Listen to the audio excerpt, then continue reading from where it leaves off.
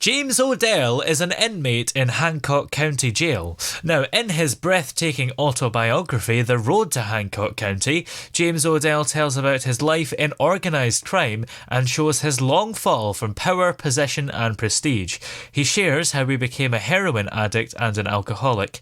Finally, he ended up losing all the money he made and everything that made life worthwhile, including his family. And James joins us now. How are you doing today? I'm doing well. I'm the most blessed man on the planet. Thank you. A lot of people who are maybe in your situation wouldn't come to that conclusion. Why do you feel that you are the most blessed man on the planet? Well, the real truth is that for 29 years, I lived an active addiction, and I was addicted to everything from alcohol and drugs to sugar and caffeine, everything I ever put my hands in. And what I figured out in the end, when I was reduced to 6 shots of heroin a day, was that the scariest neighborhood that I ever lived in was my mind, and the worst prison that I ever lived in all of humanity, out of about 15 of them, was my heart, because I had built walls so high around my heart that I couldn't get a helicopter to fly high enough to get me out. So now that you're in prison, do you finally feel free, ironically? Absolutely, I do, and that's going to sound real crazy coming from a man in prison, but Yeah. I figured out in the end that the real prison that most people live in is their heart and their mind, not the physical one. Because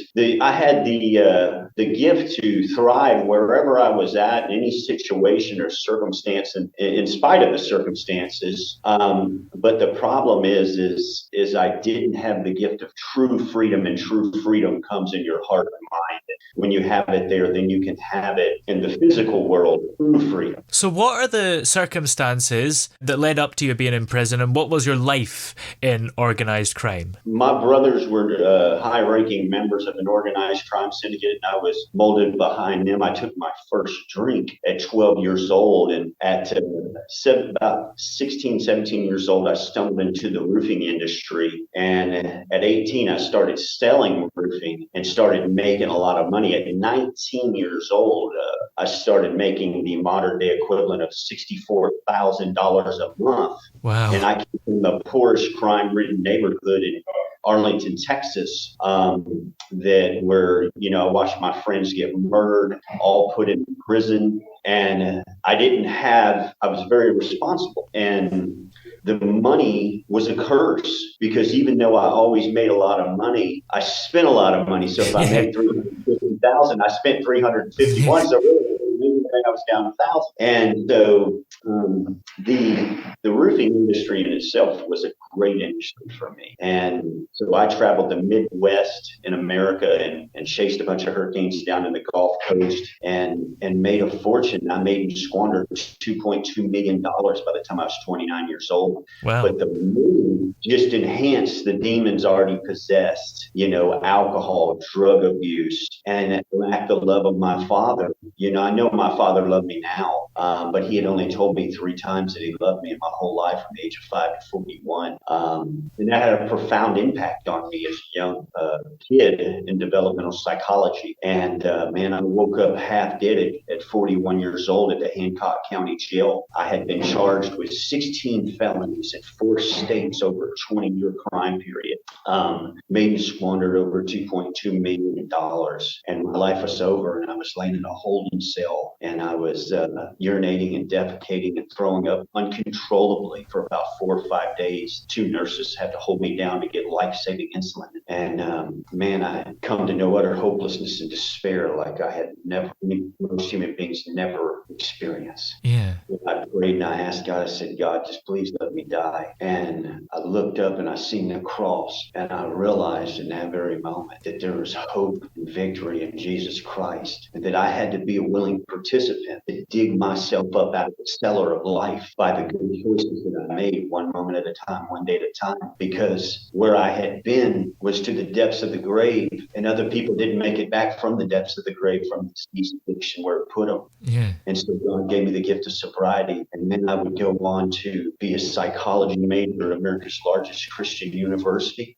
I would speak at churches, schools, and treatment centers all over South Mississippi. Go to rehab, become a lead instructor in the rehab here at the Chill. Teach advanced theology courses, and the amazing thing is the book, writing the book, God showed me, hey, this is where you were, and this is where you are now. Yeah. And he was preparing me for my future in college and preparing me to help people. And so, the phenomenal thing about the book is it shows divine intervention, and I won't spoil the book, but it's a heck of a case. I got to give it to you. Yeah. So what was it that inspired you to actually write the book? Actually, my agent and mentor, Dan Munger, asked me to write the book, and I said, yeah, I'm good. Not interested. Yeah. And I really don't like writing. I write pretty well and I read very well, but I don't like writing. So after that, the good Lord was pressing upon my heart 6 times to write the book, and 5 times I denied him, and the 6th time I said, you know what, I'll write the book. And it took me 2 years to bring the book to print. And I hadn't talked to my 2 oldest daughters in 24 years. And my YouTube channel, somebody sent them a video link to my YouTube channel. And me and my first wife from 24 years ago, who hadn't talked in 24 years either, all of us and our children reunited. That's how good God's been. And was there a definite turning point for you, like you mentioned, where you suddenly maybe started doing all the good things, or was it kind of gradual? It's always a process, but the thing is that the turning point came when I wasn't known in this town I got arrested in. I was going down to Florida in case of hurricane, so I just stopped here, and my tags popped for a warrant out of Texas for 30 DWI and evaded arrest. And so they arrested me. But the turning point really for me was the chaplain at the jail, my agent, Dan Munger, told the warden that I was an honest man. And so I walked down to his office one day for him to talk to me, and he looks at me and he goes, Dan Munger tells me you're an honest man. And look, I had been called a lot of things in my life, but they wasn't anywhere remotely close to being an honest man, because I was the furthest thing from it. But I had started rebuilding my life. And when I walked away from that meeting, I walked back down the hallway, and I remember it like it was yesterday. I said to myself, honest man. And what I didn't know at the time is that God was birthing honesty into me through the faith of other people, and blind faith. And some of them didn't even have faith because they don't even believe in God. And so what that did was prepare me to get truly sober, because there's a thing called an acronym for how you get sober, and that's rigorous honesty, open-mindedness, and willingness. And God knew that I would need that. And so after that, I just started walking it out. And about 3 years later, I started writing a book. I was facing 56 mandatory years in prison here for a couple pistols and some heroin. But by the grace of God, because my criminal record was so terrible, it wasn't because I was a terrible person or I have a bunch of violent crimes, but it was just so habitual, a lot of bad choices that I made.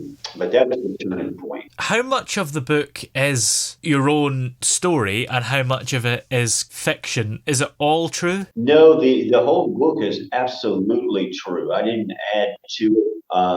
Matter of fact, and it's brutally honest. It's brutally honest about me. And the reason why is because, people need to know the truth. They don't need you to sugarcoat it. And that was, when I wrote the book, that was one of the main key factors, is I wanted them to see the extremes that I went to, because there's people dying every day in life from the disease of addiction. And you can't just talk to these people like you do the average person that's never really had much experience in life with drugs or alcohol problems. You've got to give it to them straight and to the point. Yeah. And now the book is called The Road to Hancock County. What inspired the title? Is it just the story of how you got to where you are? It is the story of how I got to where I was, but I didn't know what I was going to name the book. And so I prayed about it. And the Apostle Paul in the Bible was converted on the road to Damascus. And so I was converted on the road to Hancock County. Yeah. From a con man to a Christian convert.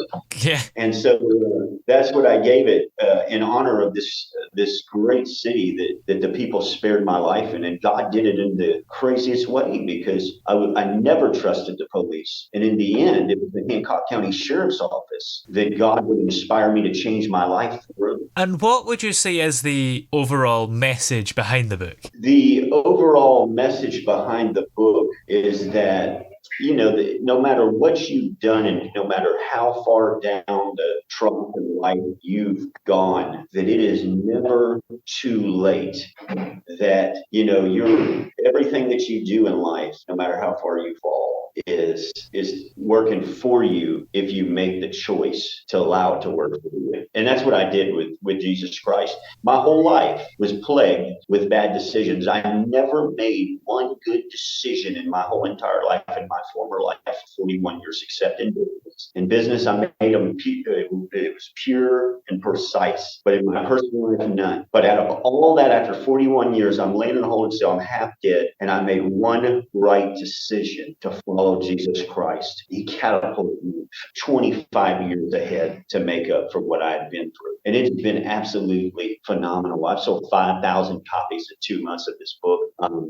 Still going, and I haven't paid $1 for advertising the book. Not $1. So that is phenomenal. But I'm in that stage now, so I'm sure got a bunch of iHeartRadio ads and all that coming out. So yeah.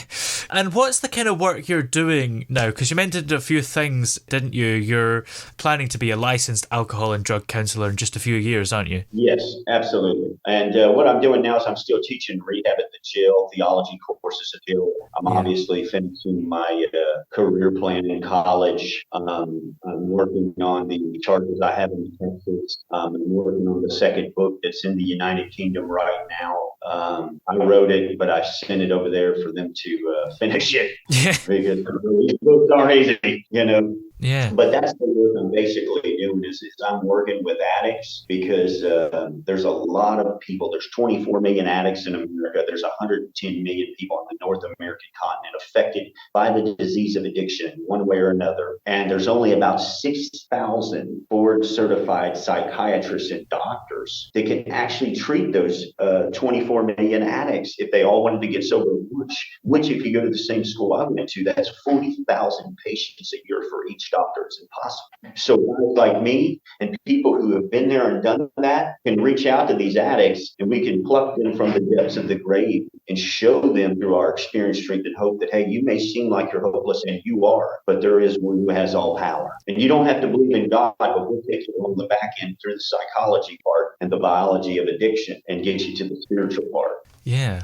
And addiction is such a big issue. Do you see it as a health issue rather than a criminal one? It is addiction is a public health catastrophe.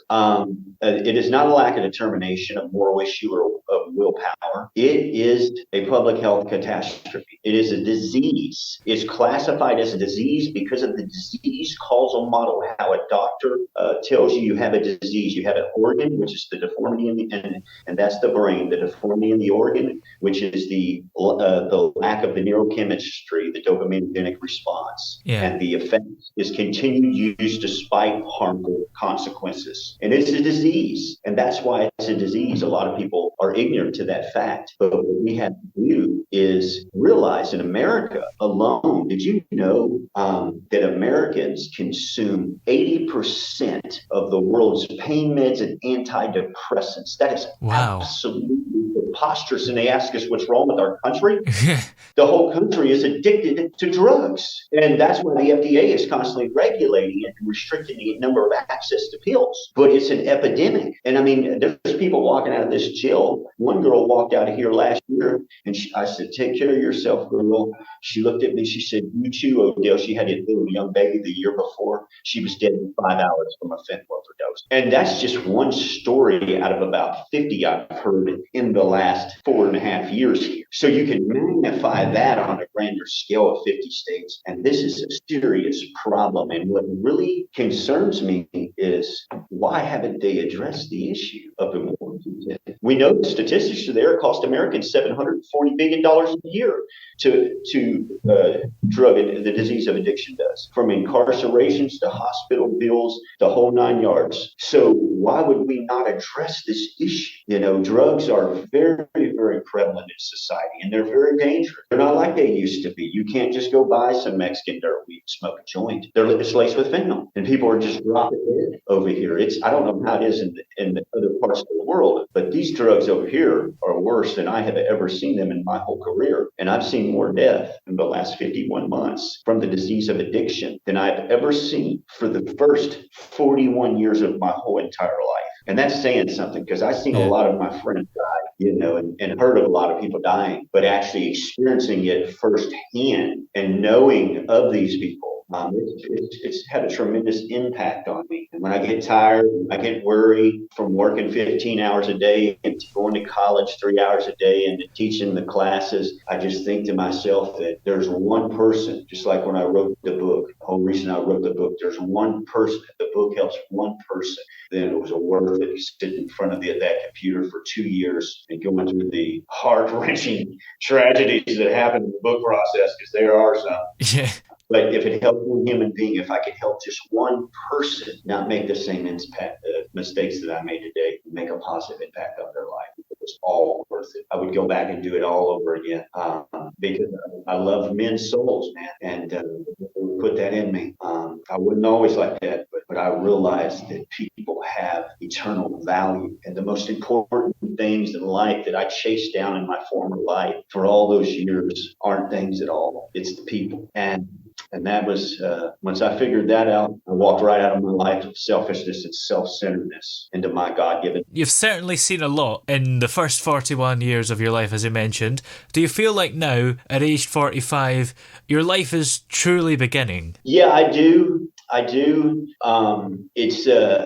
It is difficult in the facet of you don't know. Like, I don't know what's going to happen to me in Texas with those charges, but I do know this. I can tell you that no matter what happens, I'm going to be blessed. And it's hard for me to kind of deal with the part that, I got people still involved in this with me, my family, my kids, and they're emotionally distorted every time they think about me in a prison cell. And if something happens to me while I'm in prison, how it's going to affect them negatively for the rest of their life.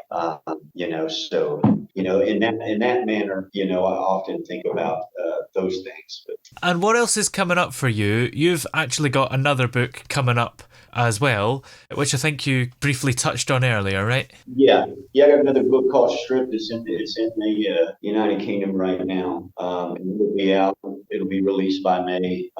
Then after that, by November, I'll have a prison devotional that I'll write. And that'll take me 52 days to write that. And I think that'll help a lot of people too that are incarcerated, because I can share my experiences while I was incarcerated, because I know what they're going to go through, the thoughts they're going to have, self-defeating thoughts, and it maybe lift them up and push them toward Jesus Christ. Well, where are we able to find your book, The Road to Hancock County? You can find that book. Listen, if you can buy a book there, I'll buy your book for free. If you can't find it. It's in NetGalley in the United Kingdom. It's at NetGalley in the United States. It's on Amazon.com. It's the #1 bestseller in 2 categories. It's on BarnesandNoble.com, Google Books, Google Play Books. It's in France, Japan, the Netherlands. You name it, it's there. Excellent. Well, many thanks for talking to us today. It's been great to have you on. Well, thank you so much, and God be with you. I appreciate you guys having me on.